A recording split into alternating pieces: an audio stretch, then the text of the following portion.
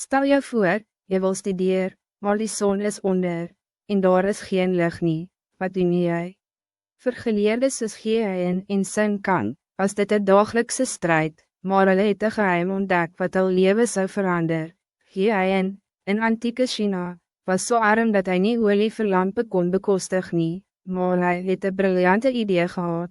Hij het duisende glimwurms gevang, hul lig in een deursigtige zak versamel, en daardeur sy boeke 's nachts gelees, ongelooflijke vindingrijkheid, en Sun Kang.